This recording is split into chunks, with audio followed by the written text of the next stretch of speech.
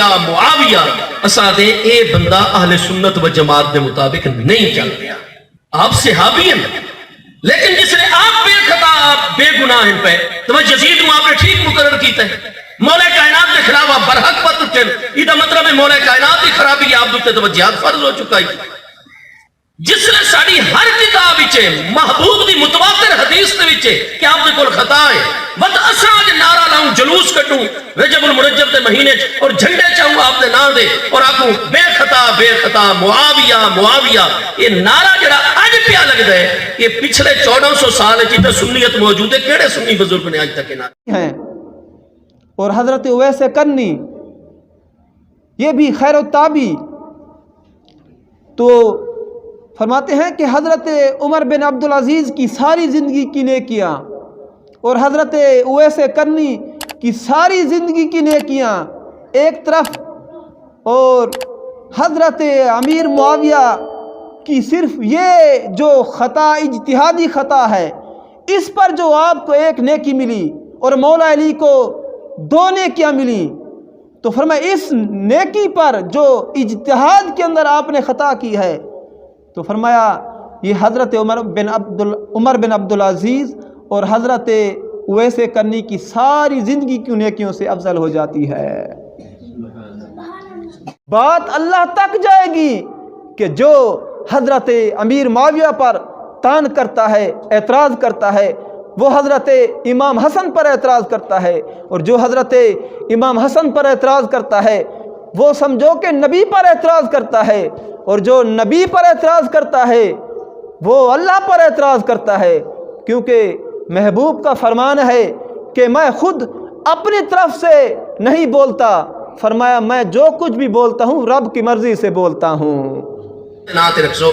مت تسا اس جماعت دے کارکن پاسو جس نے جھنڈے انہاں دے نام دے چیسو انہاں دے کارکن جس نے سیاست ہے میرے معاویہ زندہ باد آکسو تسا اس جماعت دے کارکن بنسو. اساں اگر سنی کہلامنا نے تو بت اس جماعت دے کارکن نہ بڑھو. سنی تا ہمیشہ علی پاک دی جماعت دا کارکن رہے. سبحان اللہ. تسا اس پاسے بہن دیو بے شک بنجو ہر ایک نو اجازت ہے ایسا کیا آتے ہیں اجازت ہے لیکن تسا جو نہیں یہ تسا گستاخ ہو گئے ہو. تسا علی پاک دی جماعت دے کیوں کارکن لو کیوں امام حسن امام حسین دی جماعت دے کارکن لو. بھائی جس طریقے توانو پورا حق ہے کہ تسا ہزارہ مسجداں معاویہ بن ابی سفیان دے نام تے پہلی باری سنیت بڑھا سکتے ہو عرب و عجم تسا مدرسے دے نام معاویہ بن ابی سفیان رضی اللہ تعالی رکھ سکتے ہو. توانو ایک ٹھیکہ اللہ تے محبوب نے دیتا ہے جماعت وچ ونجن دا جیسا جڑے حق والے اور سارے بزرگاں دا شروع تو مذہب ہے اساں جماعت دے کارکن کہلاؤں توانو گستاخ نظر آنے توانو کہے ٹھیکہ دیتو ہے کہ تسا جڑی جماعت چاہو دل کرے بڑھ ونجو. گل اتنی ساری ہے اس کو کچھ برداشت نہیں پہ کر پاندے. بے شک دونوں مبارک ہوئے آپ بڑھو کہ تقریروں کہیں دے خلاف کہ جب امام بخاری جیسے کیا امام بخاری سنی نہیں تھے جو حضرت امیر معاویہ کی فضیلت کے اندر حدیث لے کے آئے تو آج کوئی نام نہاد اپنے آپ کو سنی کا لیبل لگا کے یہ کہے کہ حضرت امیر معاویہ کی فضیلت نہ بیان کرو کف لسان اختیار کرو. میں کہتا ہوں کف لسان کا مطلب کیا ہے؟ کف لسان کا مطلب جو ہمارے اکابر نے بیان کیا وہ یہ ہے کہ جو صحابہ کے درمیان اختلاف ہوئے جو صحابہ کے درمیان تنازع ہوئے جو یہ مشاجرات صحابہ ہیں یعنی ان کو نہ چھیڑا جائے اس پر کف لسان اختیار کی جائے نہ کہ کسی کی فضیلت بیان کی جائے. ہرگز فضیلت سے ہمارے 1400 سال صدیوں کے جو سلسلہ چلا آ رہا ہے صحابہ سے تابعین اور جتنے اکابر جتنے محدث جتنے مجتہد جتنے ہمارے صوفیہ جتنے ہمارے علماء جتنے بھی آئے کسی نے آج تک یہ میں کہتا ہوں قیامت تک نہیں دکھا سکتے کہ حضرت امیر معاویہ کے بارے میں کہا ہو کہ ان کے بارے میں کف لسان اختیار کیا جائے. نہیں سب نے یہی کہا کہ جو مشاجرات صحابہ ہیں اس پر کف لسان اختیار کیا جائے. اور جہاں پر بات فضیلت کی آتی ہے تو فضیلت میں تو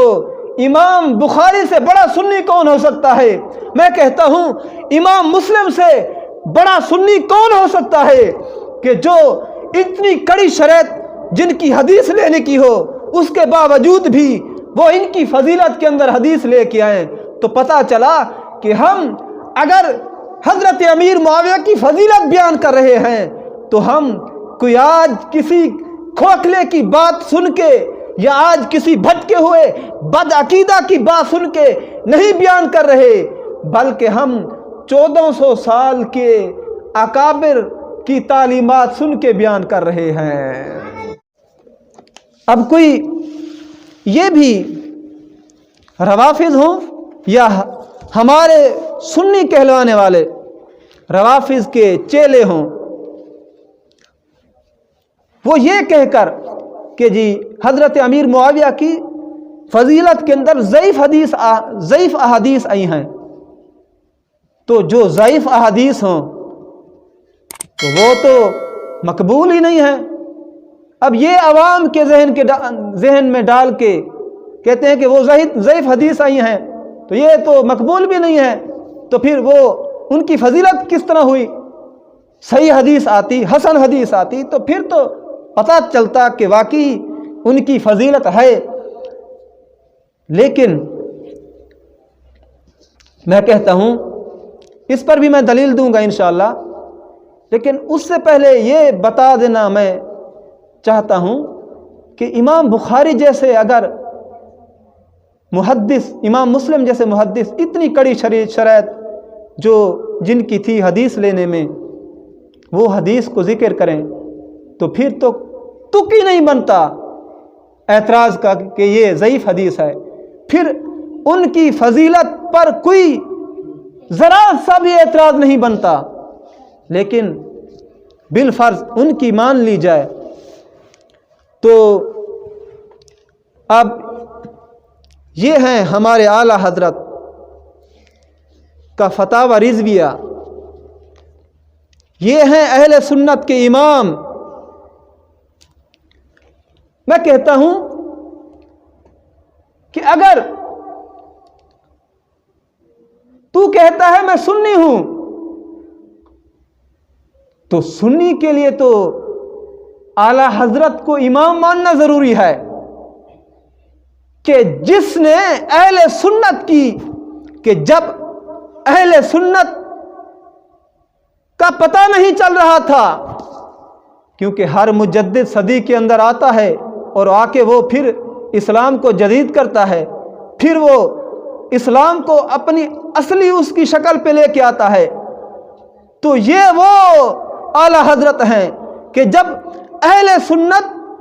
کا تشخص کھو چکا تھا، جب دوسرے دھڑے بھی اپنے آپ کو سنی کہہ رہے تھے کہ ہم ہیں سنی، ہم ہیں سنی، اور دوسری طرف کسی کے سینے کے اندر بغض اہل بیت تھا اور کسی کے سینے کے اندر بغض صحابہ تھا، اور کوئی شان رسالت میں توہین کر رہا تھا اس کے باوجود بھی، اور کوئی تو شان الوہیت میں رب کی توحید کے اندر وہ توہین کر رہے تھے اور تراجم لکھ رہے تھے۔ تو اس انداز سے کہ جب اہل سنت کا تشخص کھو چکا تھا تو میرے امام نے آ کر دوبارہ کہ اہل سنت کا چمن اجڑا ہوا ویران تھا، اہل سنت کا چمن اجڑا ہوا ویران تھا، کھل اٹھا تو جب کہ آیا اے امام احمد رضا۔ دور باطل اور دلالت گمراہی، دور باطل اور دلالت ہند میں تھا جس گھڑی، دور باطل اور دلالت ہند میں تھا جس گھڑی، تو مجدد بن کے آیا اے امام احمد رضا۔ دور باطل اور دلالت ہند میں تھا جس گھڑی، تو مجدد بن کے آیا اے امام احمد رضا۔ اعلیٰ حضرت کو مانے بغیر کہ جو کچھ اعلیٰ حضرت نے لکھ دیا ہے ہمارے لیے، وہ